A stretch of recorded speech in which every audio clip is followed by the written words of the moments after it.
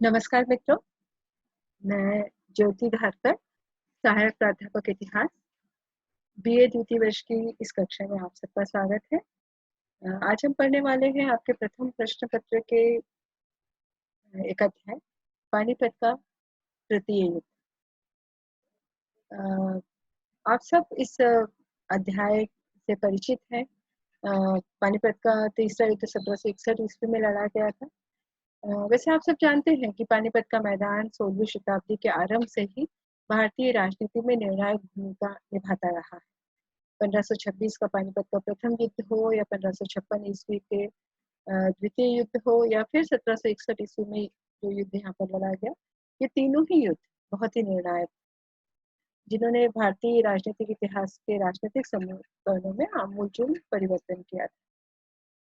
1761 का पानीपत का तीसरा जो युद्ध है, उसने भारत में मराठा राज्य स्थापित करने की जो मराठों की महत्वाकांक्षा थी मराठा शासकों की, उस पर पूर्ण विराम लगा दिया। तो आइए हम देखते हैं कि भारत की राजनीतिक दशा और दिशा को बदलने वाले इस पानीपत के तृतीय युद्ध के कारण कौन कौन से। पानीपत के तीसरे युद्ध का सबसे पहला कारण था नादिर शाह के आक्रमणों से प्राप्त प्रेरणा। आप जानते हैं कि 1739 में नादिर शाह ने भारत पर सफल आक्रमण किया था और उसने यहाँ से बहुत ज्यादा धन संपत्ति, अनेक युद्ध के लिए पशु आदि प्राप्त किए थे। 1739 के इस आक्रमण के समय नादिर शाह का सेनापति था अहमद शाह अब्दाली।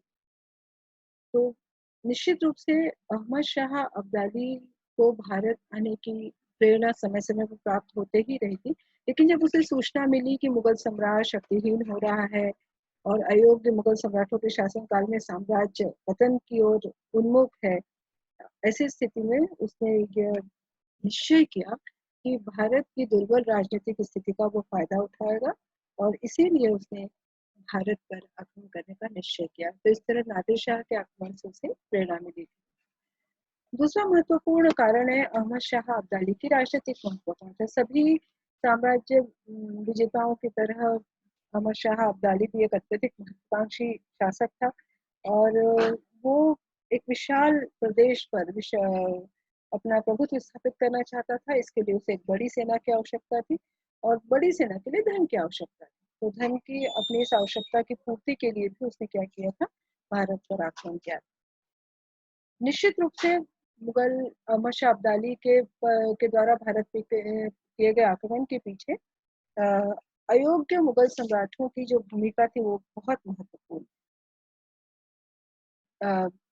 1707 में औरंगजेब की मृत्यु के पश्चात लगातार हम देखते हैं कि भारत के इतिहास में मुगल सम्राटों की जो शक्तिशाली परंपरा थी वो धीरे धीरे छिन्न भिन्न होती जा रही थी और इसी समय अवध, बंगाल, बुंदेलखंड, राजस्थान अनेक ऐसे क्षेत्र थे जो मुगल साम्राज्य से पृथक हो गए थे और यहाँ तक कि उन्होंने वार्षिक राजस्व देना भी बंद कर दिया था।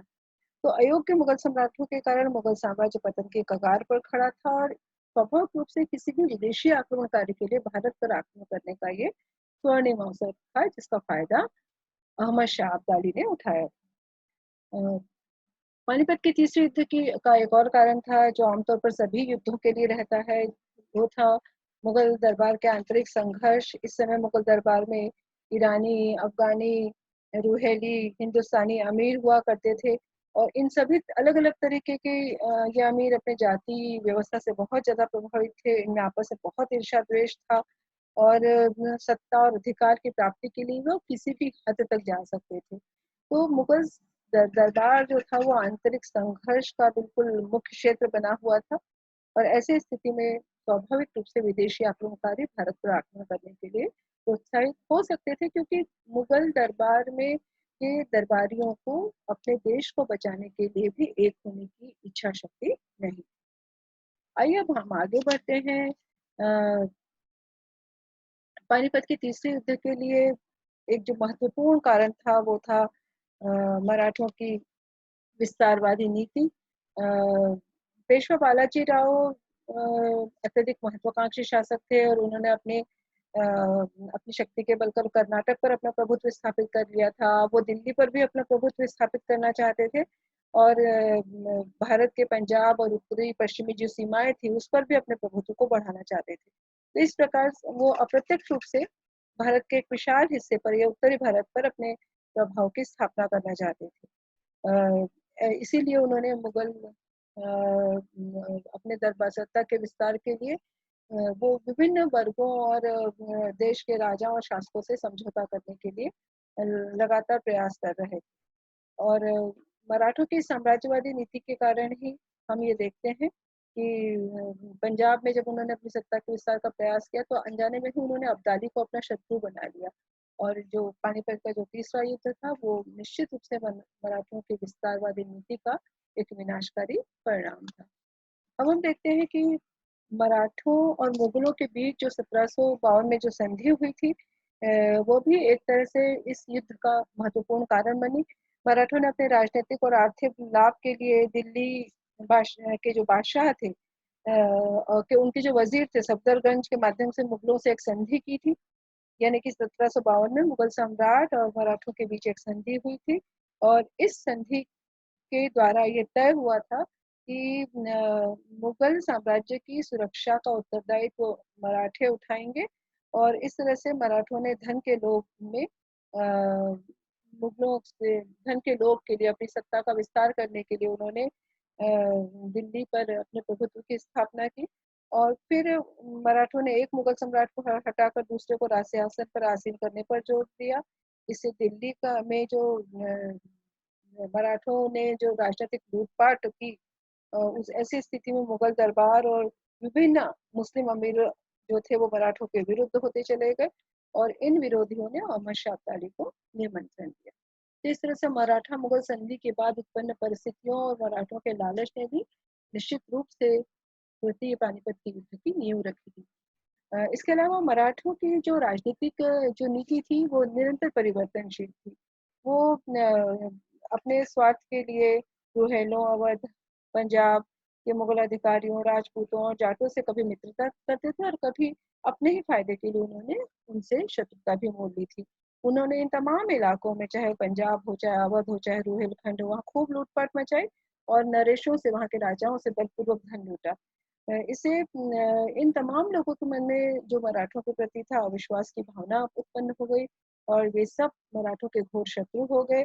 और वे मराठों के विनाश का जो अवसर वो ढूंढने लगे थे और ये अवसर उन्हें पानीपत के तीसरे युद्ध में प्राप्त हो गया था। इसी तरह इस युद्ध का एक बहुत महत्वपूर्ण कारण है कि जितने भी मराठा के विरोधी थे, मराठों के जो राजनीतिक शत्रु थे, मराठों ने राजनीतिक हस्तक्षेप की जो नीति अपनाई उसे रूहेला शासक नजीबुद्दौला, अवध का नवाब शुजाउद्दौला, अहमद शाह अब्दाली, ये सब भारत पर आक्रमण करने के लिए ये सब मराठों से त्रस्त थे। और वो अहमद शाह अब्दाली को आमंत्रित कर रहे थे कि वो आए और मराठों के शोषण से उन्हें मुक्ति दे।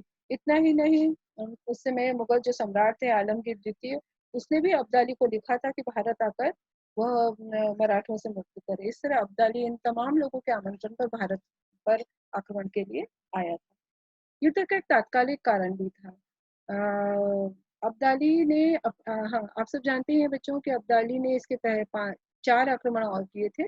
पानीपत का तृतीय युद्ध उसका 5वां भारत पर आक्रमण था। अपने पहले के 4 आक्रमणों में अब्दाली ने जो क्षेत्र प्राप्त किए थे, मराठों ने उस पर अधिकार कर लिया और अब्दाली के जो प्रतिनिधि शासक थे उन्हें उन क्षेत्रों को छोड़ने के लिए विवश कर दिया। तो इन तमाम अपनी विजयों को, अब्दाली की विजयों को पर जब मराठों ने विजित क्षेत्रों पर मराठों ने अधिकार किया और उसका प्रयत्न किया, उससे अब्दाली के आक्रोश का कोई ठिकाना नहीं रहा और उसने भारत पर आक्रमण करने की योजना बनाई। अब हम देखते हैं कि पानीपत के तीसरे युद्ध की महत्वपूर्ण घटनाएं कौन सी। जैसे कि मैंने आपसे पहले कहा कि 1759 में जब पंजाब पर आक्रमण सबसे पहले इन तमाम मराठों के द्वारा भारतीय शासकों पर के साथ किए गए व्यवहार और मुगल सम्राट के साथ व्यवहार से जब उन्होंने आमंत्रित किया, तब अब्दाली ने जब भारत पर आक्रमण किया तो 1759 ईस्वी में पंजाब पर उसने सबसे पहले आक्रमण किया और शाबाजी सिंधिया को परास्त कर दिया। 1760 में बरारी घाट के युद्ध में उसने फिर सिंधिया को परास्त कर दिया। जब मराठों ने उसे रोकने की कोशिश की तो ये कहा जाता है कि 1760 के बरारी घाट के युद्ध में केवल सिंधिया परास्त ही नहीं हुआ, युद्ध में वो मारा भी गया। इसी समय चनकोजी और मल्हारा होलकर भी अब्दाली का मार्ग नहीं रोक सके और वो तेजी से दिल्ली की ओर बढ़ता चला गया। पेशवा ने जब सदाशिवराव भाऊ को मराठों की शक्ति को सुदृढ़ करने के लिए भेजा, तो सदाशिवराव ने दिल्ली पर अधिकार किया और जाटों, राजपूतों तथा अवध के सूबेदारों को से मिलकर उनसे सहायता प्राप्त करने की कोशिश की। लेकिन जो अहमद शाह अब्दाली का वजीर था नजरुद्दौला, वो इन्हें पहले ही अपने पक्ष में कर चुका था। इसलिए मराठों को अकेले ही युद्ध के लिए तैयार होना पड़ा। मराठों और अब्दाली के बीच संधि वार्ता के लिए भी अनेक प्रयास किए गए, लेकिन कोई भी प्रयास सफल नहीं हुआ। नवंबर 1760 ईस्वी में अब्दाली अपनी सेना के साथ पानीपत पहुंचा। ये कहा जाता है कि उसकी सेना में 60,000 सैनिक थे। मराठों ने दिल्ली का घेरा डाल रखने की अपेक्षा अब्दाली से युद्ध करना ही उचित समझा।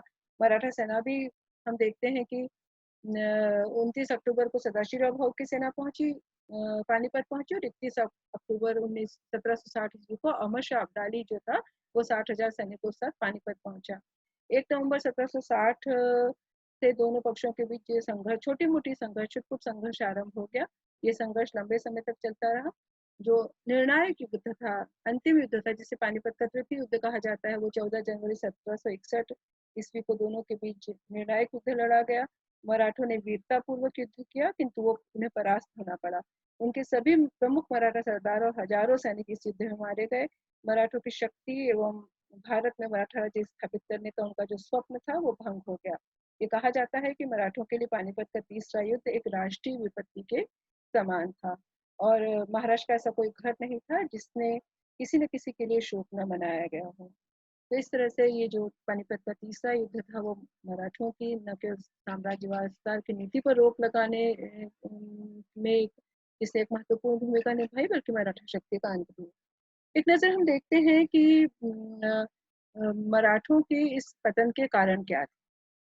बच्चों, मराठों की दोषपूर्ण सैनिक व्यवस्था, जिनमें उनका संगठन का अभाव, उनकी सैनिक अनुशासन की कमी, उनकी पुरानी सामंत व्यवस्था का लाया जाना, श्रेष्ठ सेनापतित्व का अभाव, सेनापति की अच्छी योजना का ना होना, अस्त्र शस्त्र गोला बारूद का अभाव, तोपों का भारी भरकम स्वरूप, जिनको एक स्थान से दूसरे जाने में कठिनाई का अनुभव होता था, आदि अनेक ऐसे कारण थे जिन्होंने मराठों की असफलता को निश्चित बना दिया। इसके अलावा सदाशिवराव भाऊ का उत्तरदायित्व, क्योंकि उसकी योजना नहीं सही थी, वो अहमी था, बहुत जिद्दी था, उसे समय रहते अपनी योजना में परिवर्तन नहीं किया।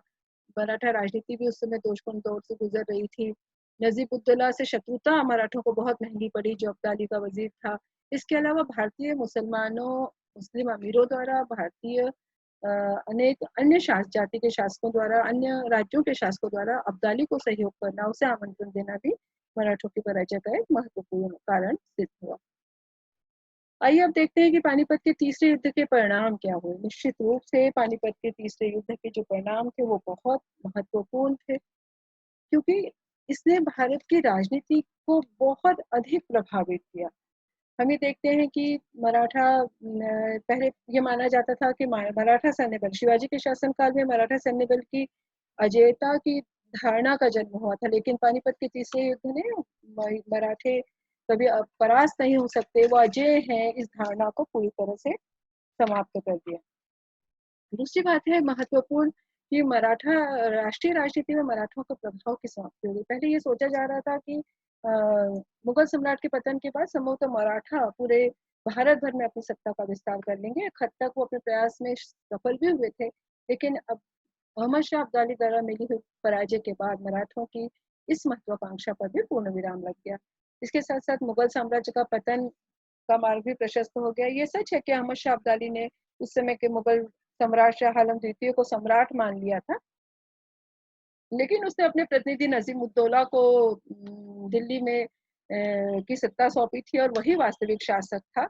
और इसीलिए हम देखते हैं कि शाह आलम को स्थानीय शासकों के सहयोग पर ही निर्भर होना पड़ा। धीरे-धीरे शाह आलम के पश्चात मुगल सत्ता के अंत के दरवाजे भी खुलते चले गए थे। ये बहुत एक महत्वपूर्ण परिणाम था पानीपत के तीसरे युद्ध का, कि सिखों, निजाम और हैदर अली का जो उत्कर्ष था वो भी इसी दौरान होता है। इन्हें अपनी शक्ति को बढ़ाने का अवसर प्राप्त होता है। सबसे महत्वपूर्ण बात है कि पंजाब में सिख एक होकर मुगल सत्ता और अब्दाली के विरुद्ध तीव्र विरोध करके अपनी स्वतंत्र सत्ता स्थापित कर लेते हैं।